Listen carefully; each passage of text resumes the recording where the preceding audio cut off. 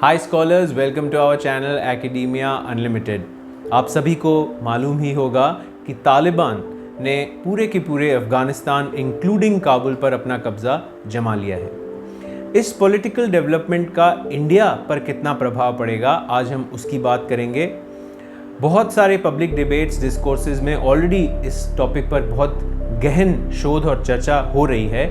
आज के इस वीडियो में हम इस पॉइंट पर आर्ग्यू करेंगे कि जो भी जियोपॉलिटिकल सिचुएशन अभी अराइज कर रही है उसमें हमें ज़्यादा पैनिक या ज़्यादा एंग्शियस नहीं होना चाहिए। और इस आर्ग्यूमेंट को हम बेस कर रहे हैं 3 बहुत ही एक्सीलेंट न्यूज़पेपर आर्टिकल्स पर जो कि एक्सपर्ट्स ने लिखे हैं। सबसे पहला आर्टिकल जो है वो है सी राजा मोहन जी का, जो 17 अगस्त को द इंडियन एक्सप्रेस में छपा था। इस आर्टिकल का टाइटल है द चेंजिंग ऑफ पाक, यानी अफगानिस्तान पाकिस्तान। इस आर्टिकल की शुरुआत में सी राजा मोहन जी बहुत ही एक्सीलेंटली एक हिस्टोरिकल स्केच खींचते हैं और कहते हैं कि अफगानिस्तान की पॉलिटिक्स ने हमेशा से सदियों से ओवर मिलेनियम्स इंडिया की पॉलिटिक्स को अफेक्ट किया है, उसको प्रभावित किया है। अगर आप इंडिया की हिस्ट्री उठाकर देखेंगे तो ये एक बहुत ही जग जाहिर फैक्ट है। इनफैक्ट सी राजा मोहन एक बहुत ही इंपॉर्टेंट थीसिस को कोट करते हैं जिसको के.एम. पानिकर थीसिस कहते हैं। According to KM. पानिकर, जो भी पॉलिटिकल पावर अपने आप को अफगानिस्तान में कंसोलिडेट करता है, हेरात और आसपास के क्षेत्रों में, बाद में काबुल, तो वो आगे चलकर कहीं ना कहीं गंगा यमुना नदी घाटी को भी बहुत हद तक प्रभावित करता है। और इसी थीसिस का एक राइडर भी है, एक एडिशनल पॉइंट भी है, which is called the Indus rider. According to this rider, जो पॉलिटिकल पावर इंडस रिवर या सिंधु नदी पर अपना दबदबा कायम रखता है वो भी इंडो गैंजेटिक प्लेन की पॉलिटिक्स को इन्फ्लुएंस करता है और इंडो गैंजेटिक प्लेन्स की पॉलिटिक्स को एलियन पावर्स के साथ बहुत हद तक उसको डिफाइन करता है। तो शुरुआत में तो ऑफकोर्स वो कह रहे हैं कि इस बात में कोई संदेह नहीं है कि चीज़ें चिंताजनक हो सकती हैं, बट सिलसिलेवार तरीके से देन सी राजा मोहन जी कुछ पॉइंट्स बताते हैं जिन पर जब हम गौर करते हैं तब हमको पता चलता है कि इंडिया डिप्लोमेटिक पावर से बहुत कुछ आगे भी अचीव कर सकता है। सबसे पहला पॉइंट जो सी राजा मोहन बता रहे हैं वो ये कि तालिबान ऑफकोर्स काबिज हो गया है, तालिबान ने पावर अपने हाथ में ले लिया है, मगर there is a long road, एक बहुत लंबा समय लगेगा शासन को जमाने में। और तालिबान की आइडियोलॉजी और स्टेट इंटरेस्ट, जो राज्य के कर्तव्य होते हैं, जो राजकाज चलाते समय आपको जो डिसीजंस लेने पड़ते हैं, उनमें और तालिबान की आइडियोलॉजी में एक काफ़ी कन्फ्रंटेशन होगा जो हमें आगे आने वाले समय में क्लियर होगा।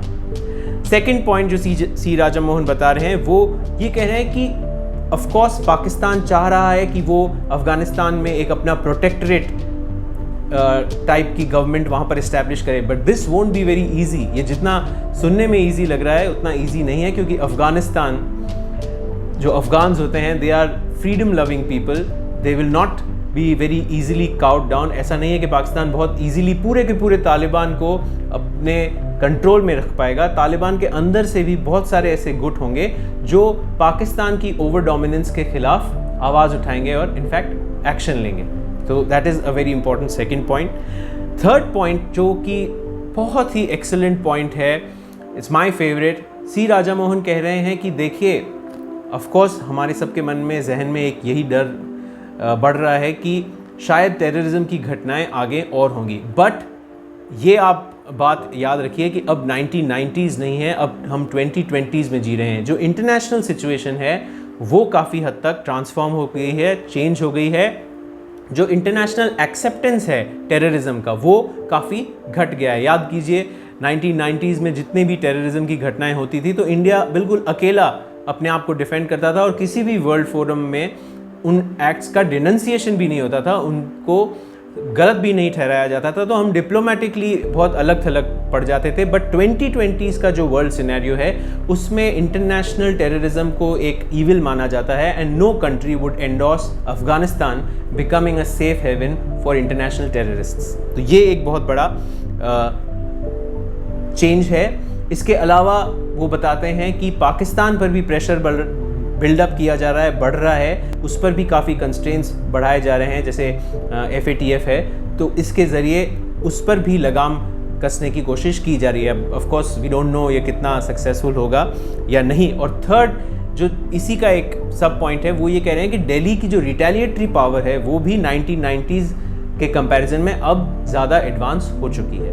और लास्ट पॉइंट जो वो बता रहे हैं वो ये कह रहे हैं कि देखिए US को तो देर सवेर अफगानिस्तान से निकलना ही था, but despite US exit, US और वेस्टर्न पावर्स अभी भी अफगानिस्तान में अपना जो नई रेजीम के ऊपर जो दबदबा होगा या जो इम्पैक्ट होगा, जो इन्फ्लुएंस होगा, उसको कम नहीं करने वाले हैं और आगे आने वाले कई टाइम तक वो अफगानिस्तान की पॉलिटिक्स को भी इन्फ्लुएंस पैसिवली करने की कोशिश करेंगे।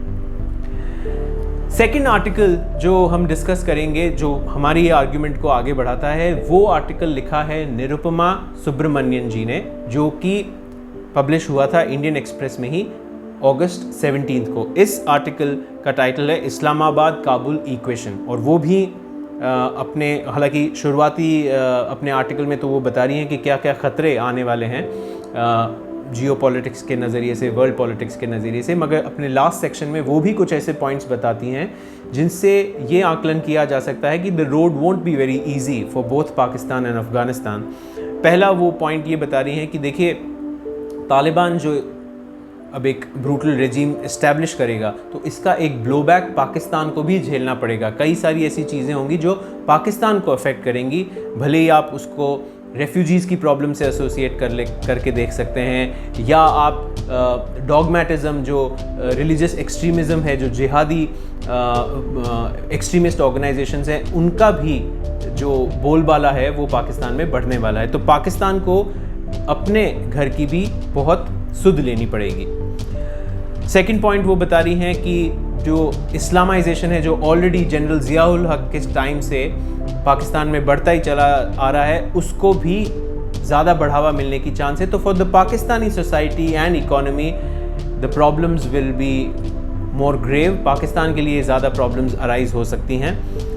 थर्ड वो कहते हैं कि पाकिस्तान के अंदर भी एक ऑर्गेनाइजेशन है जिसका नाम है तहरीक-ए-तालिबान पाकिस्तान, इसको TTP बोलते हैं, और ये बहुत ही ज़्यादा एंटी पाकिस्तानी एक्टिविटीज़ में संलिप्त है। बहुत सारे बॉम्ब एक्सप्लोजन्स उन्होंने वहाँ पे किए हैं और एक अलग ही उनका बहुत ही रेडिकल एक्सट्रीम एजेंडा है। तो तहरीक-ए-तालिबान पाकिस्तान भी अगर इस घटना के बाद से पाकिस्तान में रिवाइव हो जाता है, वो और ज़्यादा एक्टिव हो जाता है, तो that will be a big problem for Pakistan.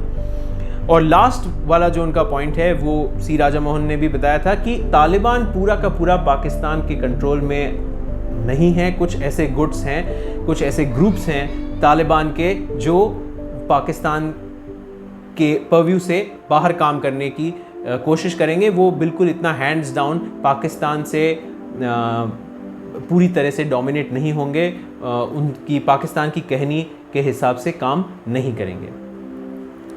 जो थर्ड आर्टिकल है वो मेरे फ्रेंड और कॉलीग डॉक्टर विनय कौड़ा ने लिखा है। ये आर्टिकल पब्लिश हुआ था द हिंदू में अगस्त 17 को। Vinay Kaura is a very dear friend of mine and excellent mind. He teaches at the Sardar Patel police university in Jodhpur, international relations के एक्सपर्ट हैं, बहुत अच्छे अच्छे मोनोग्राफ्स और न्यूज़पेपर आर्टिकल्स लिखते हैं।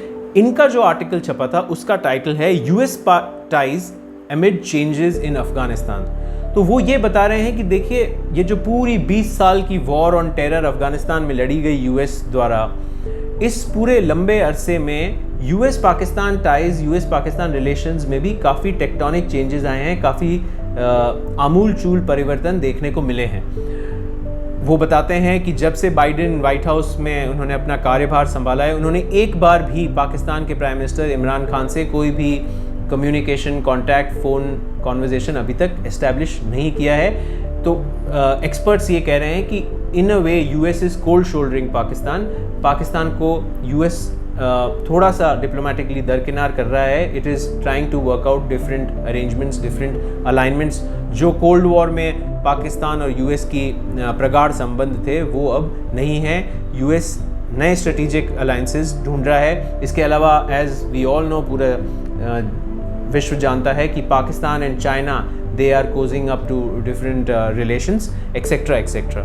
सो इन सब पॉइंट्स पर जब हम फोकस करके चीज़ों को री एग्जामिन करते हैं तो हम इसी निष्कर्ष पर आते हैं कि आने वाले सालों और दशकों में India has to play very safe and India के पास बैलेंसिंग एक्ट करने के लिए बहुत ऑप्शंस होंगे. If we play smart diplomatically we can still have a leverage in the not only in the subcontinent but in the region also. जो central Asia south Asia का regional dynamics हैं उसमें भी हम काफ़ी हद तक सक्सेसफुल हो सकते हैं. So not the need to panic और be very anxious.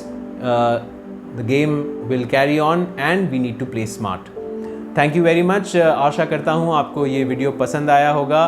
Please do like it, share it and also subscribe to our channel Academia unlimited.